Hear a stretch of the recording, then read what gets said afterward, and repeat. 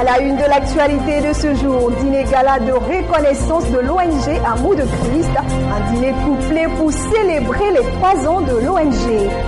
Et la CAN 2015, après leur victoire le dimanche dernier, la Côte d'Ivoire fête le retour de ses héros à Abidjan dans l'Alliance populaire.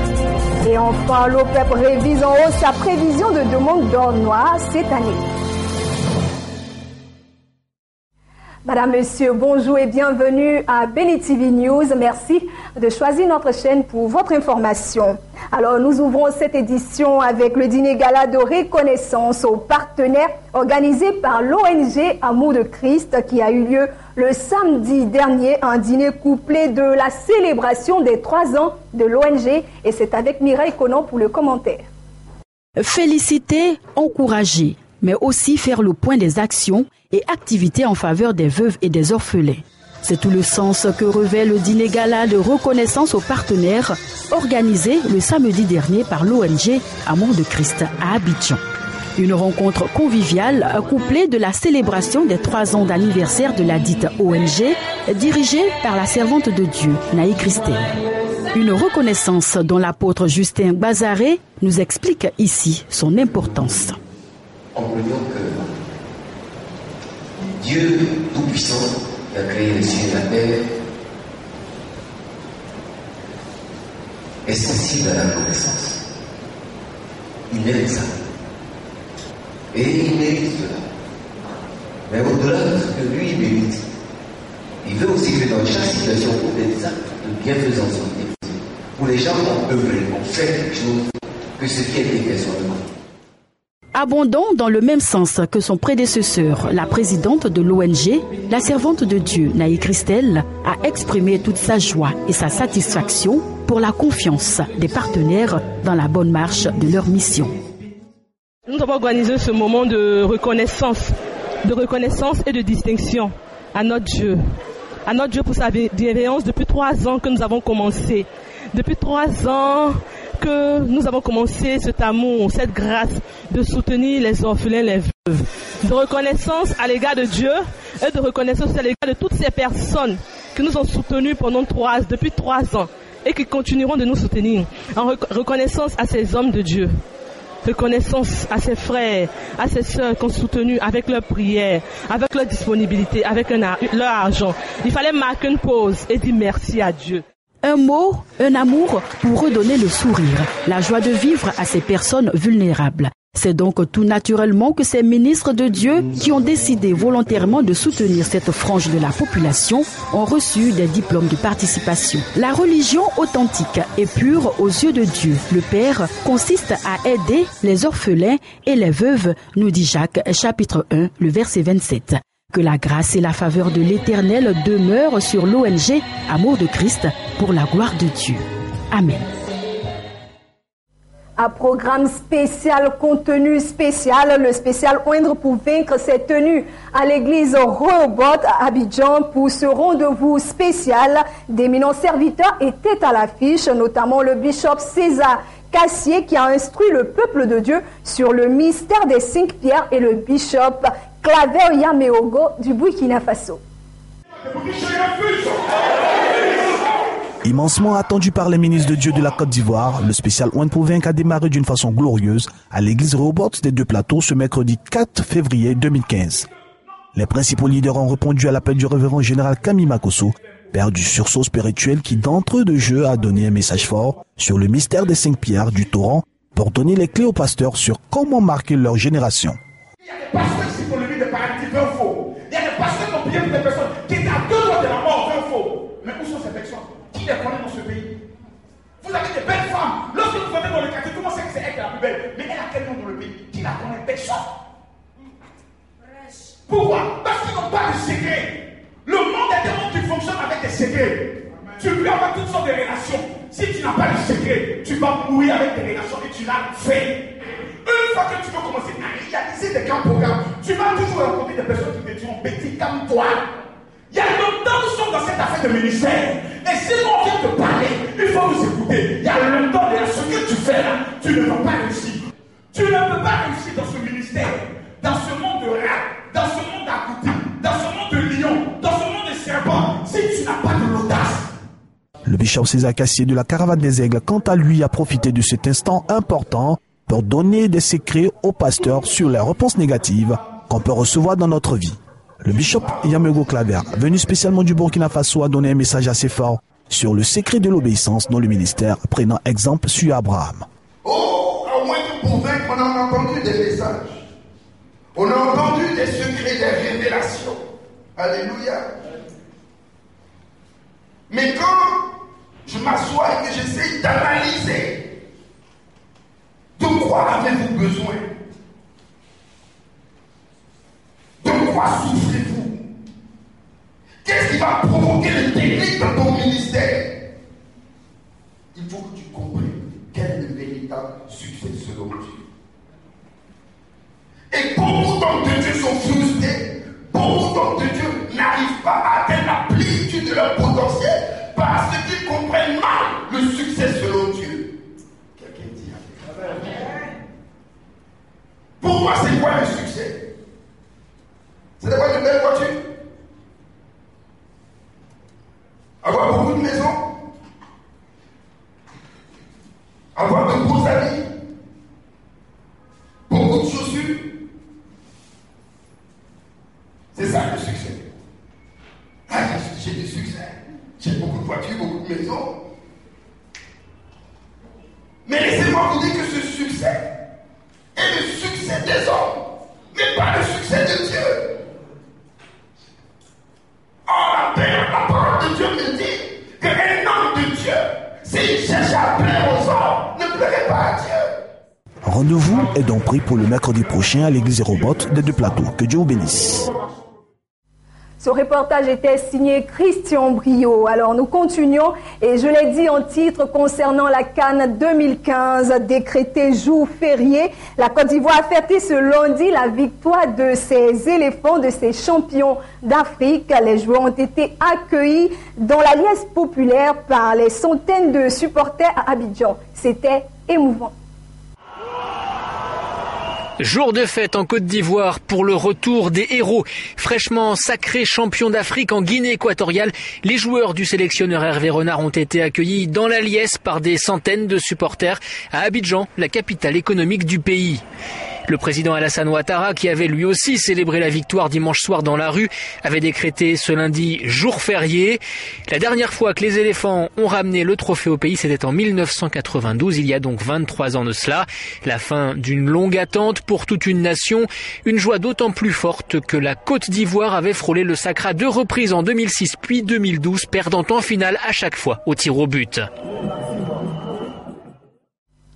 Restons toujours sur le continent africain, au Nigeria. Cette fois-ci, la présidentielle au Nigeria prévue pour le samedi 14 février a été reportée au 28 mars prochain.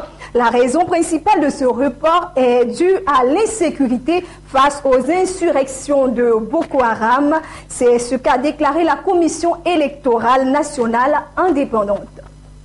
Présidentielle reportée au Nigeria pour raison de sécurité, le scrutin prévu samedi prochain a été reprogrammé au 28 mars face à l'insurrection des islamistes du groupe Boko Haram selon la commission électorale indépendante.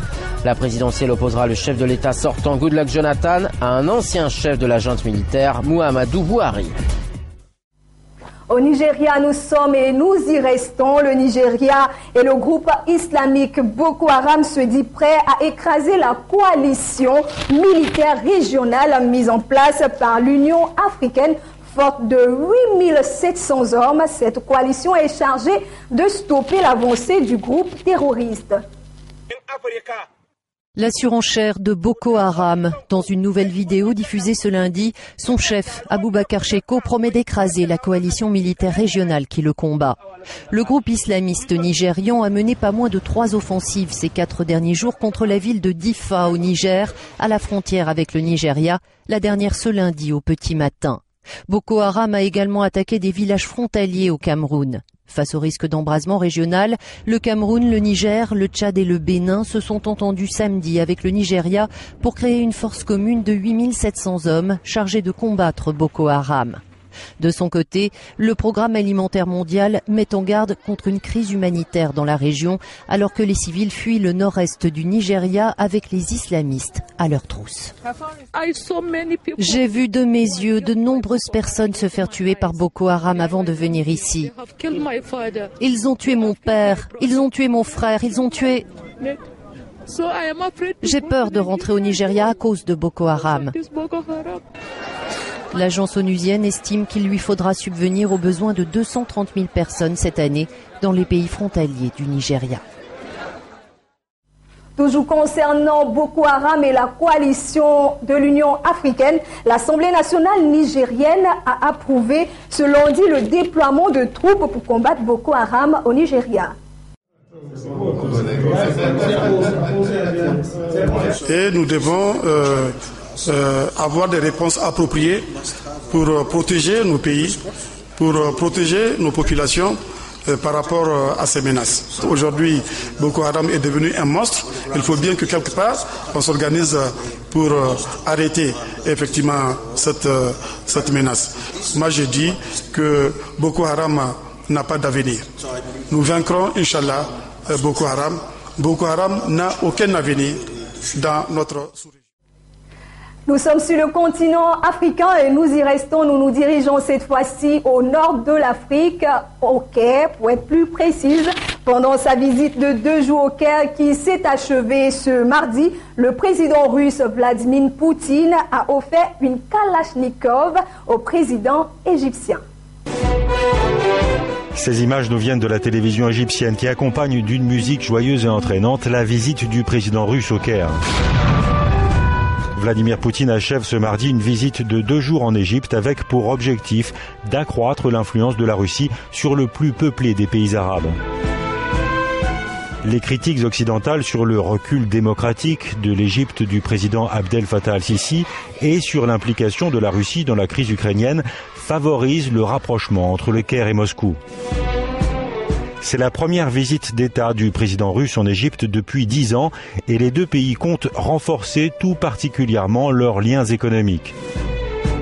Les 2 dirigeants ont passé la soirée de lundi à l'Opéra avant un dîner dans un gratte-ciel du Caire. Pour l'occasion, le président al-Sisi a offert au chef du Kremlin une plaquette d'orfèvrerie, tandis que Vladimir Poutine avait apporté comme cadeau une Kalachnikov AK-47 qui rappelle les discussions sur les possibles livraisons d'armement russes à l'Égypte.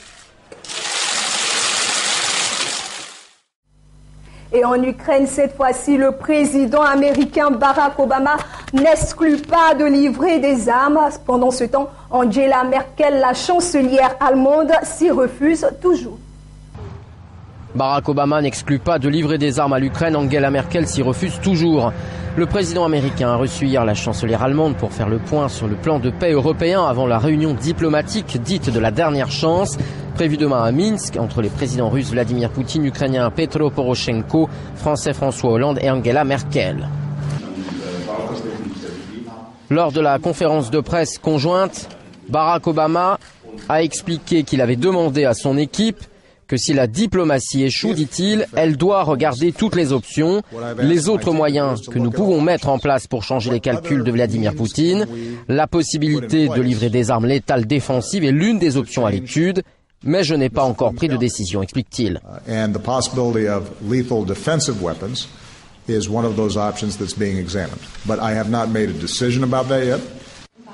Le chef de la Maison-Blanche a rappelé que c'était l'efficacité des éventuelles mesures qui devait faire la différence. Angela Merkel a répété qu'elle ne croyait pas à une solution militaire à la crise, tout en reconnaissant la difficulté de parvenir à une solution diplomatique avec Moscou. La chancelière a toutefois rappelé la force de l'alliance entre les États-Unis et l'Europe, quelle que soit l'évolution du conflit ukrainien. Le Congrès américain a adopté en décembre dernier et à l'unanimité un texte qui autorise les livraisons d'armes en Ukraine. Barack Obama l'a promulgué, mais sa mise en œuvre ne dépend que de lui. En Suède, les antiracistes encerclent les Pegida lors d'une manifestation qui a réuni 3000 personnes venues dénoncer l'intolérance. En Suède, les antiracistes ont encerclé les Pegida à Malmö. Une trentaine de personnes venues à l'appel du mouvement anti-islam ont manifesté entourées de barrières et de 3000 personnes venues dénoncer leur intolérance. C'était la première manifestation Pegida en Suède. Pour cette jeune femme, il fallait s'y opposer. Nous sommes beaucoup plus forts que les racistes. Je pense que je viendrai à chacune de ces manifestations, mais ils disent qu'ils ne sont pas racistes. Mais nationalistes, demande le reporter. Moi, je les considère comme des racistes, car ils ne supportent pas l'égalité entre les personnes. La forte présence de manifestants antiracistes était attendue dans cette ville traditionnellement acquise à la gauche et surtout la plus multiculturelle du royaume. Racisme, un mot rejeté par ce membre de Pegida. Il ne s'agit pas de racisme, dit-il. On ne veut pas renvoyer les immigrés de ce pays, mais il s'agit de nos valeurs, de nos traditions. Il s'agit de ce que nous sommes, de ce qui constitue ce pays. Né en octobre dernier, lors de manifestations à Dresde en Allemagne, le mouvement Pegida a eu le vent en poupe, ainsi qu'en Autriche, avant de s'essouffler nettement après de nombreux scandales. Et continuons toujours ce journal et cette fois-ci nous nous rendons en France où le procès d'Abdallah Boumeza, accusé du meurtre et de l'assassinat de 2 femmes gendarmes en juin 2012 et d'Inès Farhat jugée pour complicité, a débuté mardi devant la cour d'assises du Var. Nous sommes là avec tous les représentants des échelons de la gendarmerie pour témoigner notre soutien d'abord aux familles des victimes, bien entendu, également en souvenir d'Audrey et d'Alicia, puisque c'est un devoir pour nous d'être présents, et enfin pour soutenir également les gendarmes qui seront témoins. Alors les faits sont reconnus par M. Boumeza. Simplement, il va les justifier, c'est-à-dire qu'il n'éprouve aucun remords. Aucun regret. Tous les témoins victimes qui étaient présents ce soir-là ont été unanimes à dire qu'elle n'avait eu aucun rôle causal, que sa responsabilité n'était pas engagée, que cette pauvre femme, âgée seulement à l'époque de 19 ans, qui était enceinte, là, qui était fatiguée par cet état de grossesse, a tout mis en œuvre avec ses faibles moyens, bien évidemment, pour que ce drame-là n'intervienne pas. Il est en détention, donc comme tout accusé, il a eu le temps de réfléchir à ses actes, et d'avancer, d'évoluer sur effectivement les conséquences, et surtout les conséquences, moins pour lui, parce qu'il les connaît, que pour effectivement les souffrances qu'il fait endurer à toutes les familles de ces 2 gendarmes. C'est vrai que il va y avoir de longs débats et de longues interrogations qui vont se poser sur la problématique de sa personnalité et de la problématique d'éventuels troubles psychiques.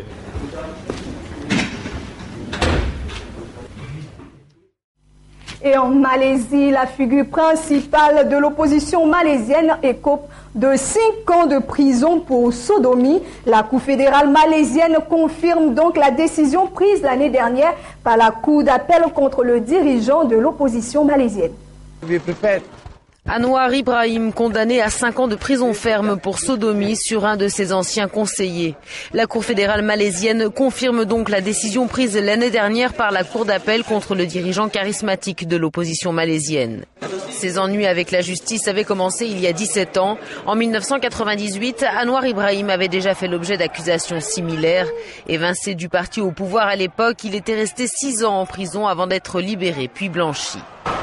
Anwar Ibrahim a toujours contesté les faits et les accusations à son encontre sont depuis le début largement considérées par ses partisans comme un prétexte pour tenir leur leader à l'écart de la scène politique.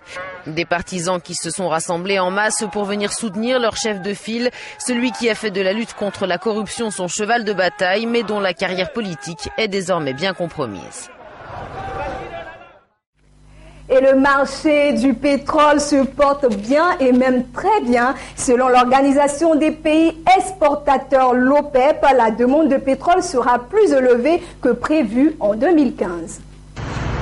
La demande de pétrole sera plus élevée que prévu en 2015, c'est ce qu'affirme l'Organisation des pays exportateurs de pétrole dans son rapport mensuel. L'OPEP prévoit que la demande brute qui lui sera adressée cette année dépassera de 430 000 barils par jour sa précédente estimation. Parallèlement, le cartel a réduit d'1 tiers sa prévision de croissance de la production d'or noir en dehors de l'OPEP en raison du ralentissement du développement du schiste aux États-Unis et d'une réduction générale des investissements pétroliers au niveau mondial. L'OPEP a réduit pour 2015 sa prévision de production aussi bien aux États-Unis qu'en Russie Russie et dans les pays du Proche-Orient non membres du cartel. Madame, Monsieur, nous avons été très ravis de vous présenter ce journal qui vous a été proposé par l'ensemble de la rédaction de Béni TV News. Je suis Irène Bailly, je vous retrouve le vendredi matin. D'ici là, prenez soin de vous et des autres et n'oubliez pas que Jésus-Christ de Nazareth revient bientôt.